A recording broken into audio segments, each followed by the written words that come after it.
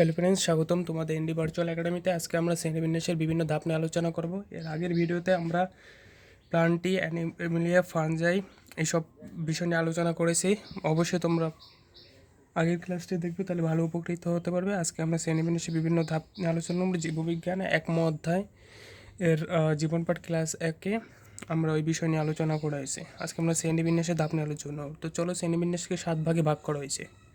7 ভাগের মধ্যে প্রথমে আছে রাজ্য, পর্ব, শ্রেণী, বর্গ, গোত্র, গণ এবং প্রজাতি। ঠিক আছে, এগুলো ইংরেজি নাম: kingdom, phylum, class, order, hominid, Homo sapiens. এই হোমোসেপিয়েন্স হচ্ছে মানুষের বৈজ্ঞানিক নাম, এর নিচে দাগ দিতে হবে, নাহলে কিন্তু হবে না।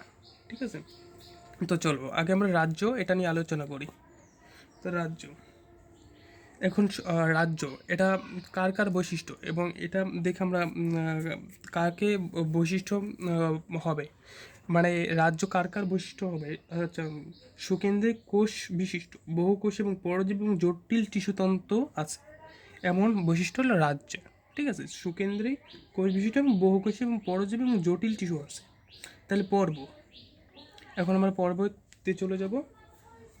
পর্ব, জীবনের কোনো এক পর্যায় থেকে নটকট থাকে, জীবনের কোনো পর্যায় থেকে নটকট থাকে। ঠিক আছে, এবং শ্রেণী, বাচ্চাকে বুকের দুধ খাওয়ানো এবং লোম চুল আছে। ঠিক আছে, এগুলো কিন্তু আমাদের বৈশিষ্ট্য, যে বাচ্চাকে বুকের দুধ খাওয়ানো এবং লোম চুল আছে, এটা আমাদের বৈশিষ্ট্য। এবং বর্গ, কারণ আঁকড়ে ধরার উপযোগী এবং হাত ঘ্রাণ উপেক্ষা দৃষ্টি শক্তি বেশি।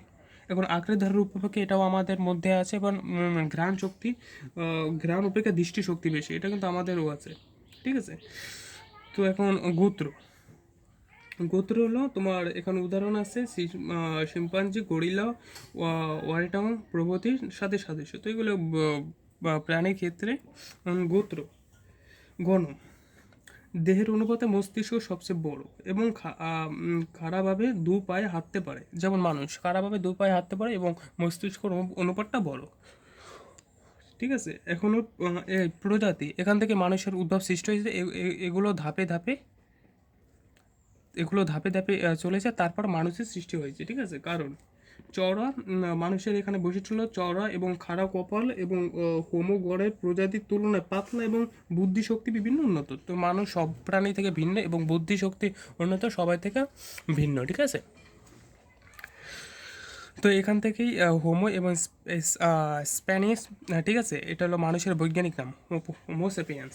ঠিক আছে, হোমোসেপিয়েন্স। তো এখন চলো আমরা দ্বিপদ নামকরণে এসে শ্রেণীবিন্যাসের বিভিন্ন ধাপ নিয়ে আলোচনা করি। দ্বিপদ নামকরণ, দ্বিপদ নামকরণের দুটি ভাগে ভাগ করা হয়েছে। দ্বিপদ নামকরণের প্রথম অংশ হলো গণ এবং পরের অংশ হলো প্রজাতি। দ্বিপদ মানে দুই, এটা দেখে বুঝেই যাচ্ছ যে প্রথম গণ এবং পরের অংশ প্রজাতি। এই গণ এবং প্রজাতির ওপর ভিত্তি করে মানুষের এই নামকরণ এবং পশু পাখির নামকরণ সবার থেকে এটা আলাদা করে চিহ্নিত করা হয়েছে। এই নামকরণের মাধ্যমে কোনো পশু বা প্রাণীকে নামকরণ করা যাচ্ছে।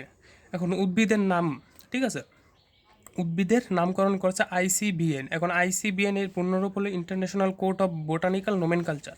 তো এটা কর্তৃক উদ্ভিদের নামকরণ দেওয়া হয়েছে। এবং প্রাণীর নাম ICZ-10, এটা হলো ইন্টারন্যাশনাল কোর্ট অফ জুলজিক্যাল নোমেনকালচার। এটা অনুসারে প্রাণীর নামকরণ নির্ধারণ করা হয়েছে।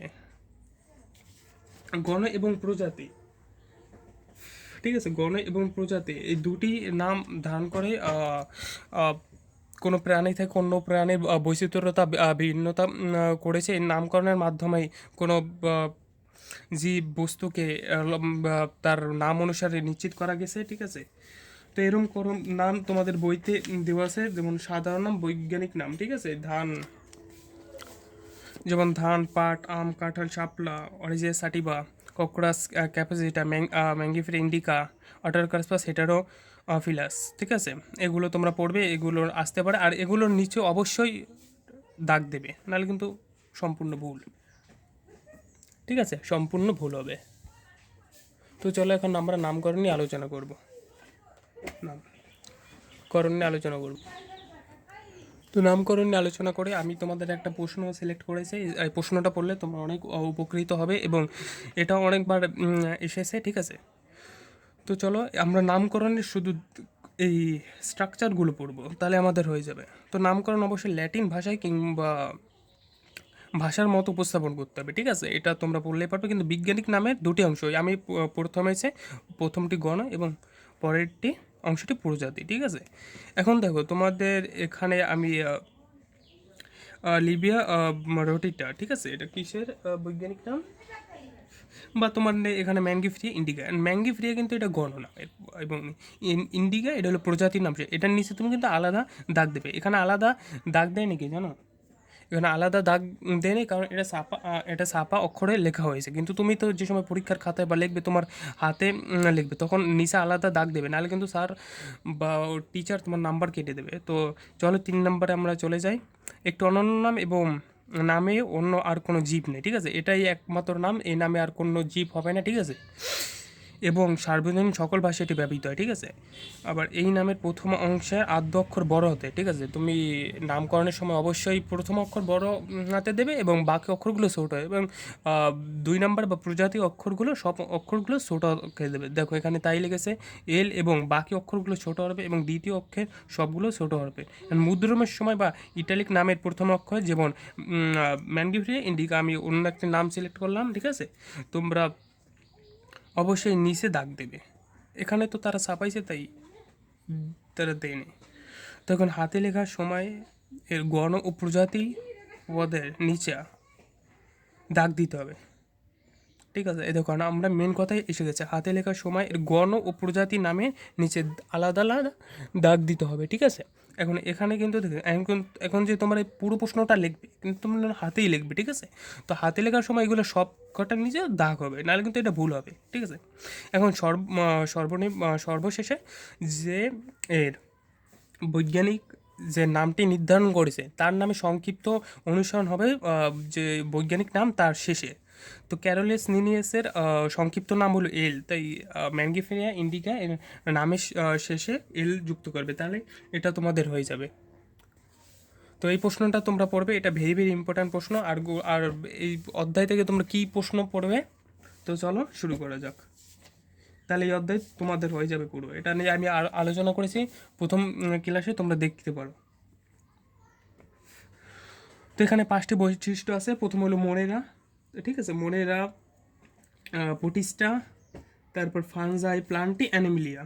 এগুলোর বৈশিষ্ট্য তোমরা এক গাইড বা নোটে পেয়ে যাবে। এগুলো পড়লেও তোমাদের এই অধ্যায় কাভার, এবং দ্বিপদ নামকরণটি পড়লে এই অধ্যায় পড়ে যাবে। এই অধ্যায় খালি 2টো প্রশ্ন, দ্বিপদ নামকরণ আর ওই 5টি বৈশিষ্ট্য, এগুলো পড়লেই তোমাদের মোটামুটি এই অধ্যায় কমপ্লিট। আর এই অধ্যায় বেশ কিছু ঝামেলা নাই। এই অধ্যায় ভালো মতন পড়লেই তোমরা এগুলো পেরে যাবে। এই আর এই অধ্যায় তেমন সৃজনশীল দেয় না, তারপর পড়ে রাখা ভালো। এমসিকিউ প্রশ্ন আসে এই অধ্যায় থেকে, এমসিকিউ আবার, ঠিক আছে। এগুলো পড়লে তোমরা হয়ে যাবে। দ্বিপদ নামকরণ তোমরা, এটা ভেরি ভেরি ইম্পর্টেন্ট, ঠিক আছে। আশা করি আমার ক্লাসটা ভালো লেগেছে। এই তোমাতে চ্যানেলটি ভালো লাগলে অবশ্যই সাবস্ক্রাইব করবে, প্লিজ সাবস্ক্রাইব মাই চ্যানেল। ভিডিওটা ভালো লাগে সবার কাছে শেয়ার করে দেবে, অবশ্যই লাইক কমেন্ট শেয়ার করবে, আর যদি বুঝতে কত সময় কমেন্ট করে জানাবে।